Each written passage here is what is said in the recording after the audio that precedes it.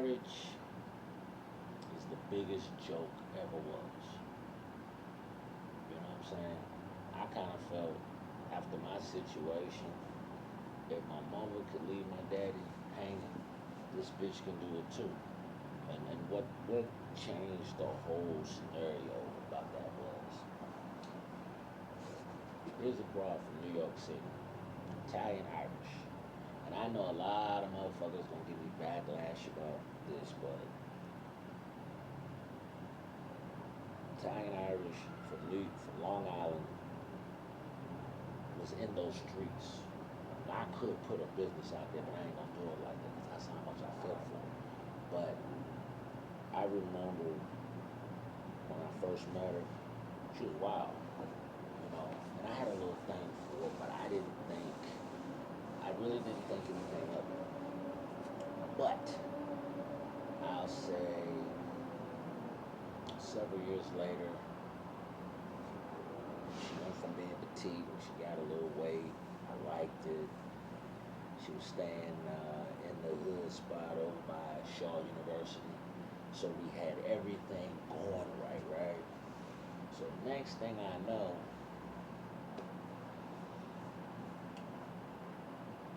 November 2004, we started, us. Here's how fucked up I am. Her best homegirl, supposedly. I was dating her first. She cheated on me with another motherfucker, and she always felt that I would take her back, which I didn't. And the funny part about that whole situation was the night we told her about us, this broad showed her nigger shit. And I told this broad, I said, look, she may not like this, and damn if it happened. And then, I walked from my house all the way to NC State area. Anybody that knows that area, going down Martin Luther King Boulevard, Western Boulevard, whichever, I walked to Pullman Park. Do you know this broad gonna drive up on me and gonna say, how did you do this to me? First of all, I haven't talked to you in several years, sweetheart, like 2-3 years.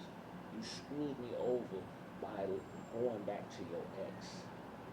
And I was like, fuck it, I'm with her. And I was happy with her.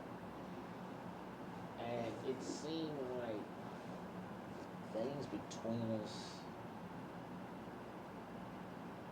we never had a domestic. There was never no physical anything. One incident ended the whole thing. And then she did the Sammy the Bull shit, the female version. And that's the reason why I'm telling this is because I want people to understand you can't trust no woman in this lifetime. Because a woman will get you killed and then will go out there and try to start a fight with your children. You know what I'm saying? My kids right now are really, really in a bad situation with this because they know her as stepmom. But she done went there and they're not hearing it. And then I'm a nigger. That is the reason why I say interracial relationships don't work. I mean, hey, to the couples who've been doing it for years, if you've never had that problem, good for you.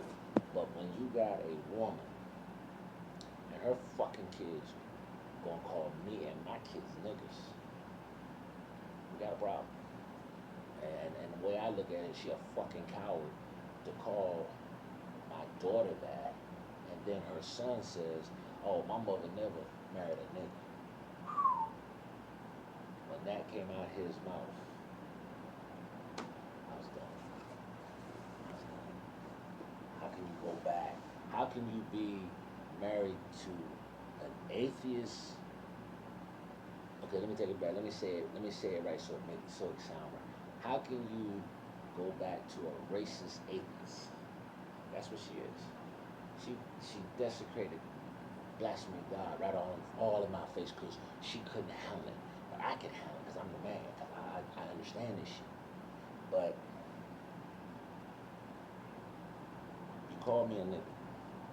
And now this is where the Sammy the bullshit, the female version. I was sitting in jail and I was thinking like a black dude. I was thinking like, oh, I know we can get through this, just. But I was already looking at 120 days. I was looking at that. Because Wake County.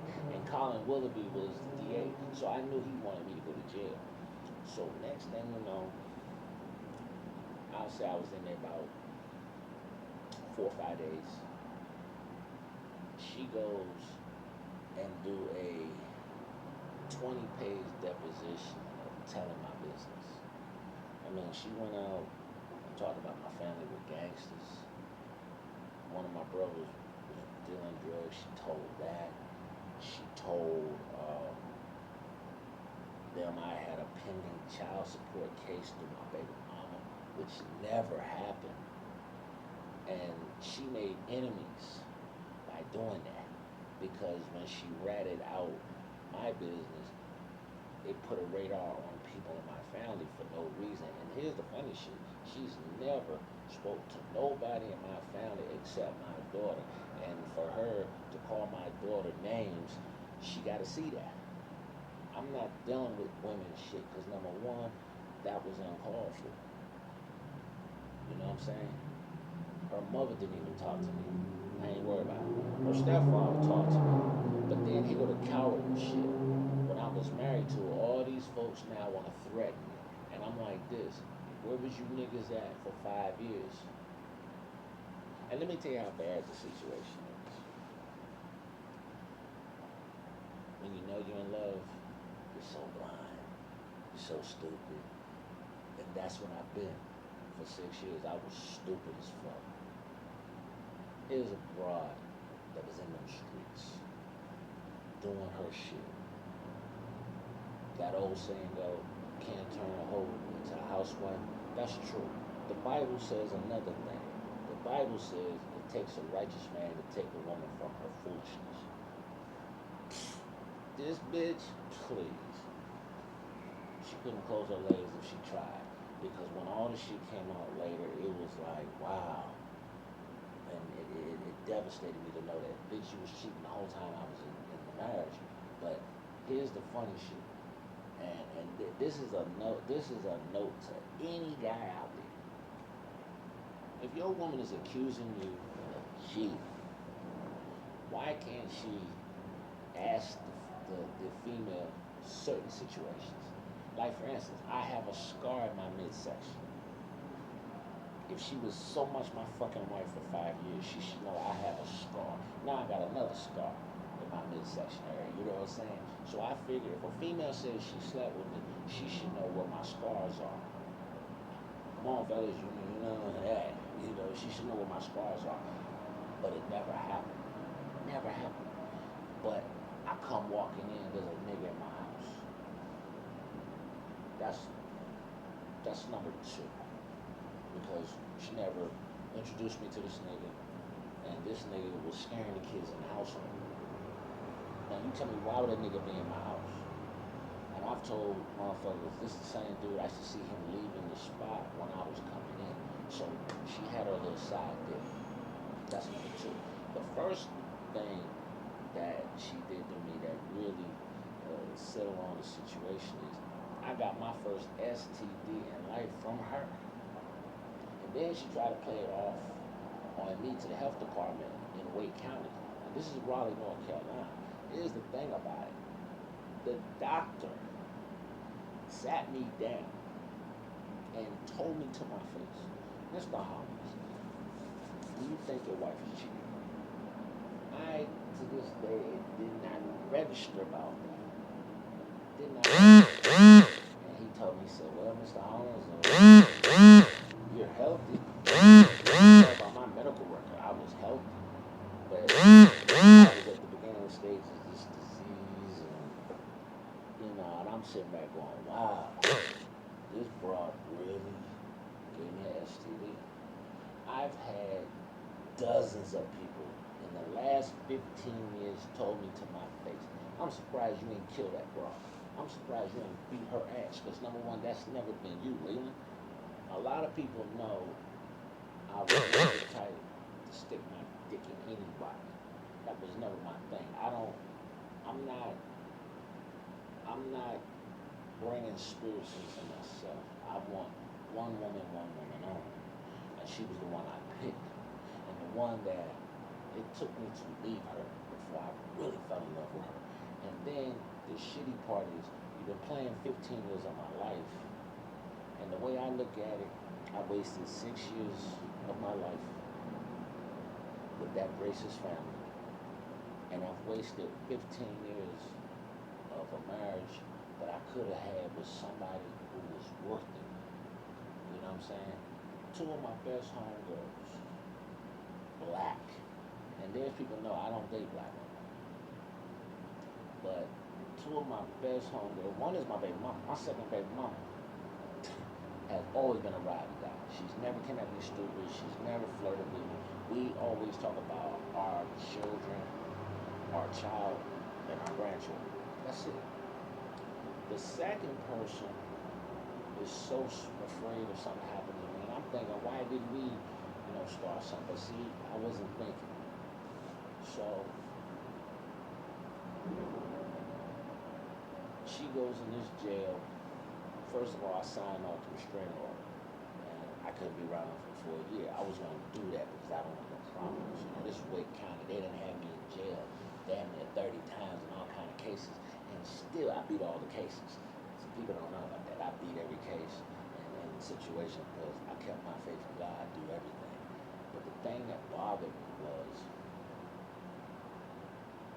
when it went down, she called me a monster. And my thing was, in the 5-6 years, did I ever keep you or your kids hostage? Did I beat those kids up? Did I ever do anything like that? Did I have fear in the household? Never. But now I think 15 years later, they'll lie to make themselves look good. But here's the thing. Here's the number one thing. Did you call my children? Did you call my daughter a nigger? My question to her and her son, why did your son call me out as my mother never married a nigga? That hurt. That hurt so bad. And then on top of it, this is the same broad that destroyed all my personal everything. I had photos of my work. I had pictures of my mama, my grandmother, all these people. I had paperwork. Matter of fact, I had diplomas and paperwork that their mother gave me before she died. She destroyed everything. So I tell people,